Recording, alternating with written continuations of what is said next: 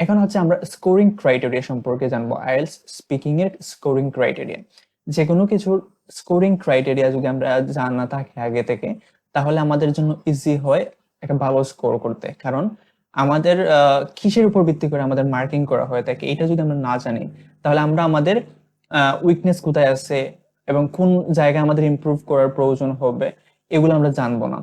ধরুন এখানে যে লেক্সিক্যাল রিসোর্স একটা মার্কিং ক্রাইটেরিয়া, এটা সম্পর্কে আমি জানি না। তো আমি এখানে ভোকাবুলারি অ্যাডভান্স কিছু ওয়ার্ড ইউজ করতে হয়। তো এগুলো যদি আমি না জানি, আমি কমন যে ওয়ার্ড গুলো আছে ওইগুলো আমি ইউজ করলাম, বাট আমি তো আসলে এটা জানি না। তো আমার এখানে এটা কিন্তু আমার একটা ইম্প্যাক্ট ফেলবে আইএলটিএস স্পিকিং এর স্কোরের ক্ষেত্রে। তো এটা যদি আমি আগ থেকে প্রিপারেশনের সময় জানি যে আমার এটা হচ্ছে একটা মার্কিং ক্রাইটেরিয়া, তো আমি এইটাতে কি করব, এটা যদি আমার উইকনেস থাকে তাহলে আমি ট্রাই করব ওইটাতে আমার উইকনেসটা কাটিয়ে ওঠার জন্য। তো আমাদের ফার্স্ট অফ অল যে কোনো মডিউল শুরু করার আগে ওই মডিউলে কিভাবে মার্কিং করা হয় থাকে ওইটা সম্পর্কে ভালো করে জেনে নেওয়া উচিত, এবং তারপর দেখা উচিত যে আমার এই যে ক্রাইটেরিয়া গুলো আছে এগুলোর মধ্যে কোনটাতে আমি ওকে আছি, কোনটাতে আমার উইকনেস আছে। উইকনেসটা খুঁজে বের করা মূলত হচ্ছে মেইন কাজ। তো উইকনেস আমরা যদি খুঁজে বের করতে পারি, উইকনেস গুলা খুঁজে বের করার পর ওইগুলো যাতে আমি ইমপ্রুভ করতে পারি, ইমপ্রুভ করার ফলে হচ্ছে আমাদের কি হেল্প হবে, আমরা নেক্সটে ওইগুলা সম্পর্কে ভালোভাবে প্রিপারেশন নিতে পারবো। এগুলাতে আমার যে উইকনেসটা আছে উইকনেসটা কেটে গেলে আমরা ওইটার ভালো বেনিফিট পাবো, এখানে আমাদের স্কোরটা বাড়বে। তো আমরা এখানে আইএলটিএস স্পিকিং মডিউলের কিসের উপর ভিত্তি করে স্কোরিং করা হয়ে থাকে এগুলো দেখে নেই। তো আইএলটিএস স্পিকিং এ মূলত 4টা ক্রাইটেরিয়ার উপর ভিত্তি করে মার্কিং করা হয়ে থাকে। এর মধ্যে একটা হচ্ছে ফ্লুয়েন্সি এন্ড কোহেরেন্স, আরেকটা হচ্ছে লেক্সিক্যাল রিসোর্স, আরেকটা হচ্ছে গ্রামাটিক্যাল রেঞ্জ এন্ড অ্যাকুরেসি, আর আরেকটা হচ্ছে প্রোনাউন্সিয়েশন। তো first of all fluency and কোহেরেন্সটা কি? ফ্লুয়েন্সি আর কোহেরেন্স হচ্ছে মূলত আপনি এখানে কি যে আপনি কথা বলার সময় কি থেমে থেমে কথা বলতেছেন না একবারে নিরবিচ্ছিন্ন ভাবে কথা বলতেছেন, তো ওইটা তারা জাজ করে। তো ওইটা জাজ করলে ওইটা যদি আমি স্পিকিং করার সময় আমি কিছু কথা বললাম, থেমে গেলাম, হেজিটেশন একটা ফিল করলাম, তখন এটা কিন্তু আমার মার্কিং এর উপর একটা প্রভাব ফেলবে। তারপর হচ্ছে এই যে কোহেরেন্সটা কি? কোহেরেন্স হচ্ছে মূলত আমি আমার আইডিয়া যেগুলো আমি যে কথাগুলো বলতেছি ওইগুলাকে আমি একটা সেন্টেন্সের সাথে আরেকটা সেন্টেন্স কানেক্ট করতে পারতেছি কিনা লজিক্যালি, ওইটা তারা জাজ করেন। তো ফ্লুয়েন্সি হচ্ছে আমি কিভাবে একটা নাকি কথা বলতে পারতেছি নিরবিচ্ছিন্ন ভাবে, আর কোহেরেন্স হচ্ছে আমি আমার আইডিয়া গুলা কি জেনারেট করতে পারতেছি কিনা, একসাথে কানেক্ট করতে পারতেছি কিনা লজিক্যালি, ওইটাই হচ্ছে তারা জাজ করে। তো ফ্লুয়েন্সি কোহেরেন্স এইগুলা হচ্ছে একটা মার্কিং ক্রাইটেরিয়া। তারপর হচ্ছে লেক্সিক্যাল রিসোর্স।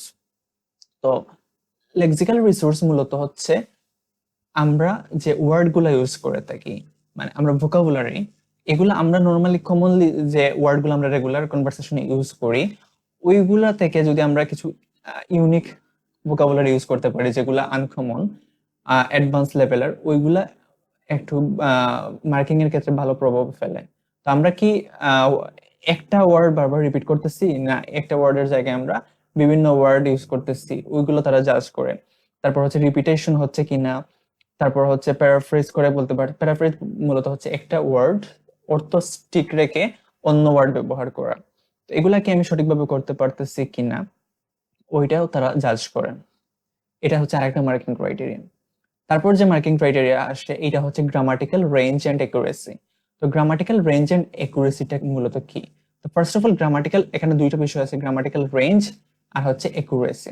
রেঞ্জ মূলত হচ্ছে আমি কি গ্রামাটিক্যাল যে স্ট্রাকচার গুলো আছে, যেমন আমি একটা সেন্টেন্স সিম্পল সেন্টেন্সও মেক করতে পারি, ওটা আবার আমি কমপ্লেক্সও মেক করতে পারি, আবার ওই সেন্টেন্সটাকে আমি কম্পাউন্ডও মেক করতে পারি। তো আমি কি স্ট্রাকচার একটাই ফলো করতেছি না বিভিন্ন ধরনের স্ট্রাকচার একসাথে করে আমি মিক্স করতেছি, করে কথা বলতেছি, ওইটা তারা জাজ করেন। তো আমাদের উচিত রেঞ্জটা বাড়ানো, আমরা এক টাইপের স্ট্রাকচার ফলো না করে আমরা এক সময় ইউজ করলাম সিম্পল, এক সময় কমপ্লেক্স কম্পাউন্ড মিক্স করে ওইগুলা যাতে আমি প্রপারলি ইউজ করতে পারি ইংলিশ স্পিকিং এর ক্ষেত্রে, তো ওইটা তারা জাজ করেন। তারপর হচ্ছে একুরেসি, যে বিষয়টা একুরেসি হচ্ছে মূলত আমার কি গ্রামাটিক্যাল কোনো ভুল হচ্ছে কিনা ওটা তারা জাজ করে। গ্রামাটিক্যাল যে আমরা ভার্বে কোনো এখানে টেন্সের কোনো মিস্টেক হচ্ছে কিনা, এই টাইপের যে কোনো ভুল হলে তারা এটা জাজ করেন।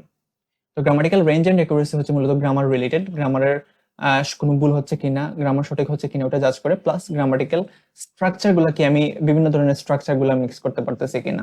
তো এখানে আমরা কমপ্লেক্স, এখানে যে বিষয়টা আছে কমপ্লেক্স সেন্টেন্সটা আমরা বেশি ইউজ করার ট্রাই করবো স্পিকিং এর ক্ষেত্রে, কারণ ওইটা হচ্ছে একটু অ্যাডভান্স লেভেলের, ওইটাতে ভালো মার্ক আসে। তারপর হচ্ছে আমরা গ্রামাটিক্যাল অ্যাকুরেসি প্রত্যেকটা সেন্টেন্সে মেক শিওর করবো আমরা গ্রামার যাতে কোনো ধরনের ভুল না হয়ে থাকে।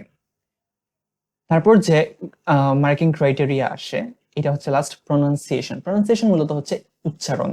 আমি যে আমার ওয়ার্ডগুলো উচ্চারণ করতেছি ওইগুলো কি সঠিক উচ্চারণ হচ্ছে কিনা ওইটা তারা জাজ করে, বা আমি একটা ওয়ার্ড বলতেছি ওইটা তারা বুঝতে পারতেছে কিনা এটাও একটা বিষয়।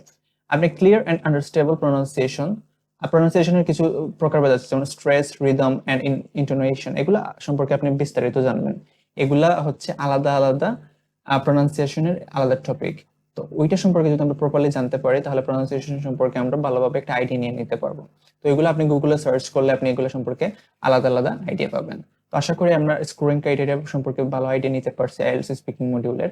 এখানে 4টা স্কোরিং ক্রাইটেরিয়া আছে, 4টা হচ্ছে সমান ভাগে ভাগ করা হয় 25%, প্রত্যেকটা মিলে হচ্ছে সম্পূর্ণ 100% মার্কিং করা হয় থাকে।